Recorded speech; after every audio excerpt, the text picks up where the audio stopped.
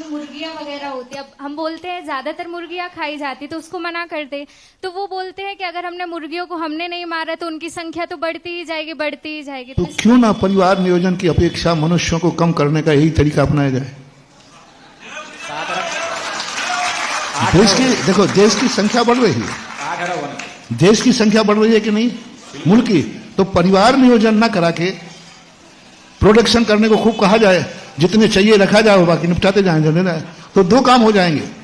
एक तो मांस की सप्लाई हो जाएगी, लोगों के पेट भर जाएंगे। जैसे मुर्गी के अंडे तुम ज्यादा देना पसंद करते हैं, मुर्गी के, सूकर के, इनका परिवार नियोजन क्यों ना कराया जाए। जनसंख्या कम करने एक बार हुआ था, एक डिबेट थी शाकाहार मांसाहार पर सीकर के अंदर, तो मैंने यही कहा था, आप मनुष्यों में जनसंख्या बढ़ रही है और ये सब चिंतित हैं कि यदि यही स्पीड रही तो आगे जाकर के देश पर पैर रखने को जगह नहीं बचेगी। नहीं, उसका एक ही तरीका है, बूचड़खाने खोल दिए जाए। इस नगर में इतने व्यक्ति रहेंगे, इससे ऊपर हो जाएंगे सब, बहुत फायदा होगा। कितना मांस मिल जाएगा, कितने लोगों को मांस मिलेगा यदि ये प्रोसेस अपनाई जाए। दूसरी बात, नहीं महाराज, सबसे अच्छा तरीका है किसी को मारना, मांस खाना अच्छी चीज नहीं है, परिवार नियोजन करा दिया जाए। यही तरीका अपनाए ना। अच्छे लोगों ने क्या उपाय दिया, समझदार लोगों ने क्या इसको डिस्कशन दिया मीटिंग में कि मारने की अपेक्षा परिवार नियोजन जिससे कम पैदा करें। क्यों ना सारे जानवरों का परिवार नियोजन कर दिया जाए। मुर्गियों का परिवार नियोजन नहीं हो सकता क्या, शुगर का परिवार नियोजन नहीं हो सकता क्या, पशु पक्षियों का भी, सबका हो सकता। तो परिवार नियोजन करने से दो फायदे हो जाएंगे, तुम्हें हिंसा भी नहीं करना पड़ेगी और वो व्यक्ति जी जाएगा।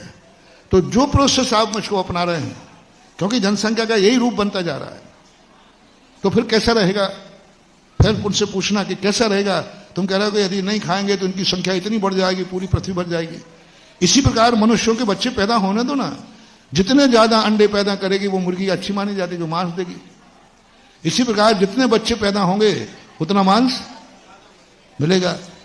इस बात पर क्यों विचार नहीं किया जाता। जब ऐसा बगैर नहीं, ऐसा नहीं होना चाहिए मानो तो भाई ये भेदभाव तुम्हारी दृष्टि में है। यदि त्रिंच की सभा में ये प्रस्ताव पास किया जाए, तो मानव की सभा में प्रस्ताव पास कर लिया गया, और यदि त्रिंचों की सभा में प्रस्ताव पास हो तो वो भी कहेंगे कि मनुष्यों की संख्या ज्यादा बढ़ रही है, इनको कम करो। और शेर कहेगा इसलिए मैं खाता हूं। शेरों की मीटिंग में तो शेर से कहा जाए, भाई तुम आजकल मनुष्यों क्यों खाने लगे। बोले इसलिए है कि यदि मैं नहीं खाऊंगा तो मनुष्यों की संख्या बढ़ जाएगी, इसलिए कम करने के लिए मैं खाता हूं। तो फिर उनको प्रस्ताव पूछो कि आपको कैसा लगेगा, ये प्रस्ताव कैसा लगेगा। जनसंख्या कम करके कत्लेआम करना कहां तक उचित है, सर्वथा महाअनुचित है, ऐसा नहीं होना चाहिए।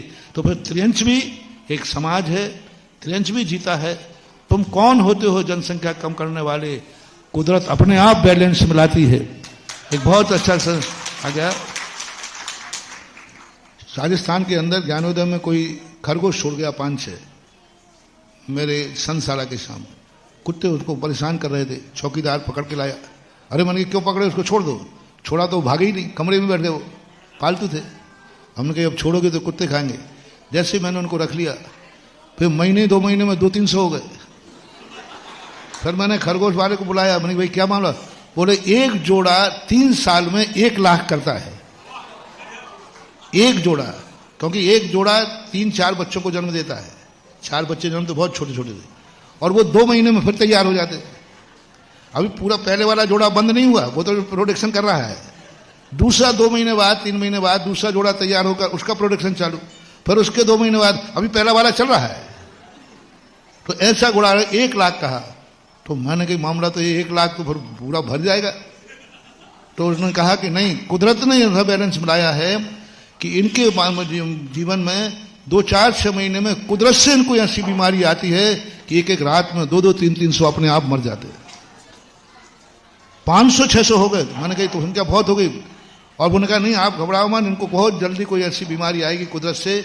एक रात में 200-300 खरगोश अपने आप मर गए।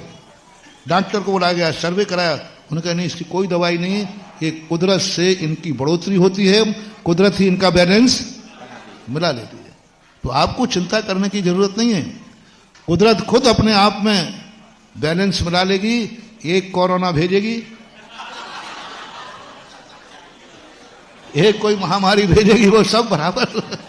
अपन क्यों किसी की जिंदगी छीनने का अधिकार रखते हैं? हम जिंदगी दे नहीं सकते तो किसी की जिंदगी ले नहीं सकते। एक बार एक गुरु ने कहा, आज्ञाकारी गुरु था, चेला था, बोले गुरु जो कहेंगे वो करूंगा। वो कहता महाराज जो कहेंगे वो करूंगा। तो उसने कहा ये तो गलत बात है। तो उसने कहा ठीक है महाराज, आप देखे कह के देखो। बोले जाओ एक पेड़ का पत्ता तोड़ के लाओ। वो तुरंत गया, पत्ता तोड़ लिया। गुरु जी आपकी आज्ञा इतनी छोटी, जाओ अब मेरा आदेश है, इस पत्ते को जहां से तोड़ा वहीं लगा के आओ। Take to order. जैसा तूने तोड़ने का आदेश माना है, ऐसे अभी आदेश जाके कह दिया ना, पत्ता को जैसा लगा था वैसे ही लगा के आओ। बोले साहब ये तो नहीं हो सकता। तो इसमें गुरु आज्ञा का उल्लंघन नहीं है।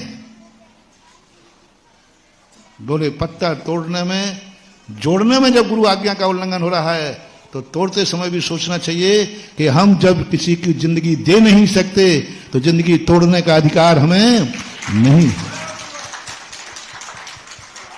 Please like, share and subscribe my channel Punyadhara.